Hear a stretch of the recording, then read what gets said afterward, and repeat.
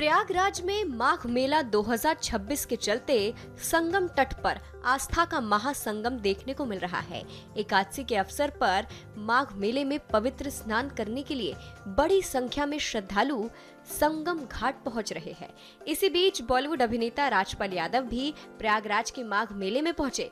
यहाँ की व्यवस्थाओं को देखकर वो योगी सरकार के मुरीद हो गए। उन्होंने व्यवस्थाओं की जमकर तारीफ की। उन्होंने क्या कहा, सुनिए। अति सुंदर, बहुत ही अच्छा और प्रशासनिक, क्योंकि मेरा जो है एक घर में होता है, तो जब सबके पूरे परिवार के लिए कपड़े बनते हैं तो हमेशा कि ये बटन इधर नहीं लगा या ये बटन इधर नहीं लगा, और उसका ही नाम तो व्यवस्था है। लेकिन अबल बोलें तो सफाई से लेके पूरी बिजली, पानी, सड़क, प्रशासन, सुरक्षा, ये बहुत ही शानदार।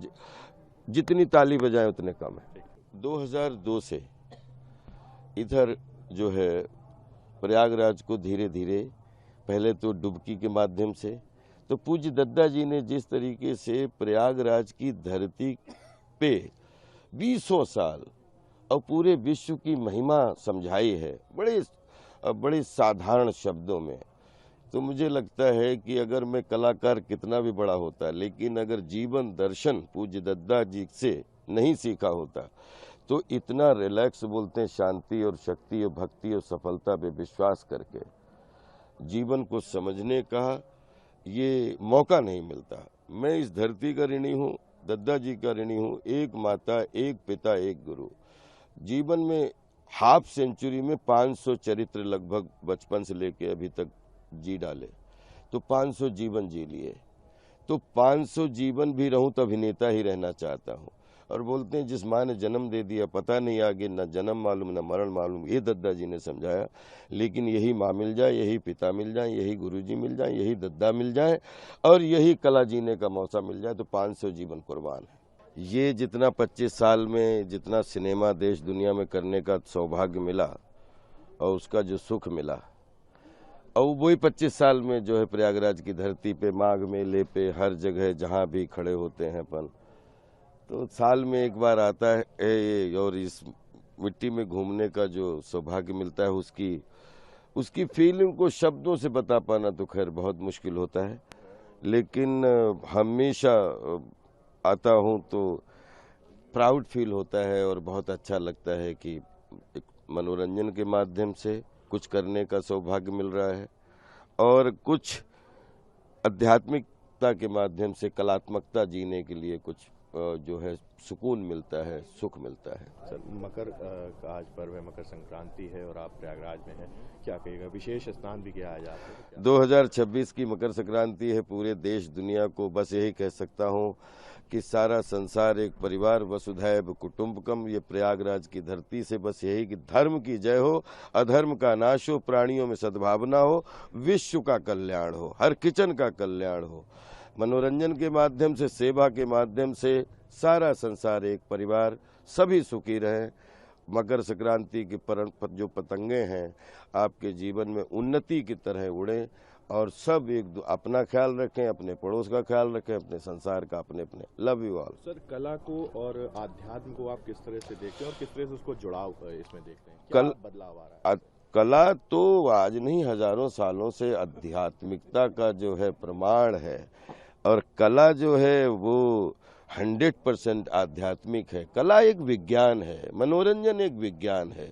जिस दिन मनोरंजन के विज्ञान को समझने की थोड़ी सी, जैसे इतना बड़ा सागर है कि जिसको एक जन्म में समझ पाना बहुत मुश्किल है, लेकिन एक चीज कह सकते हैं, जैसे H2O का जो मजा होता है साइंस में, जिस दिन मनोरंजन का वो नशा और वो कैसे आता है वो तो ऊपर वाला जाने, जो आंखें बनाता है।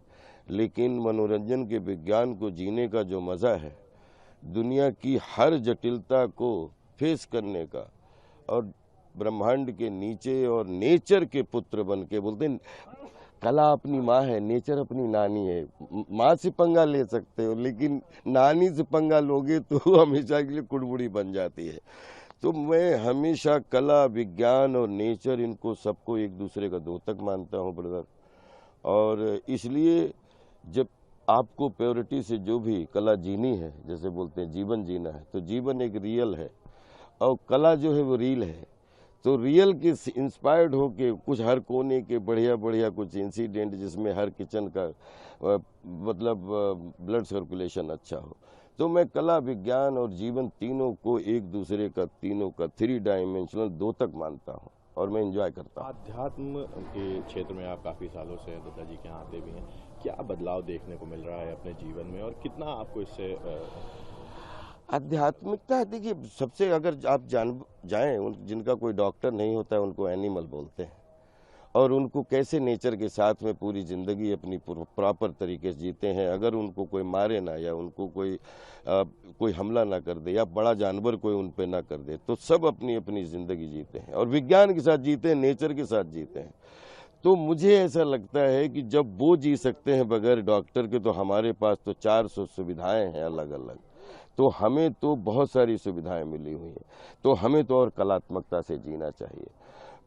विज्ञान, आध्यात्मिकता और प्रयोग और जितने भी सृजनशील वर्क हैं, उसमें कलाकार, चित्रकार, कहानीकार, पत्रकार, कथाकार, गीतकार, संगीतकार, निर्माणकार, हम सब आते हैं। हम कहीं न कहीं एक दूसरे के कजिन ही हैं, और जो कंप्लीट आध्यात्मिकता से जीवन में वो रियल चीज़ें जीने की कोशिश करते हैं।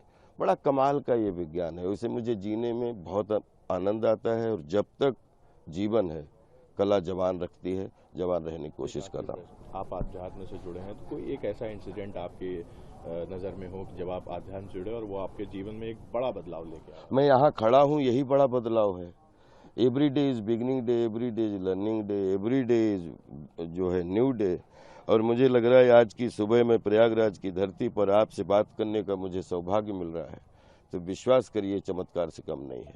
नहीं तो ऐसा लगता है कि ज़िंदगी में आप देखो पिछले 10-20 साल से देश दुनिया में जिस तरीके से अपन एक दूसरे के कल्याण की बात करते हो, आज यहाँ खड़े हैं, तो मुझे लगता है बाकी पेशा और पेशगी और जीवन है, लेकिन यहाँ खड़े होना भी अपने आप में एक दूसरे से चमत्कार से कम नहीं।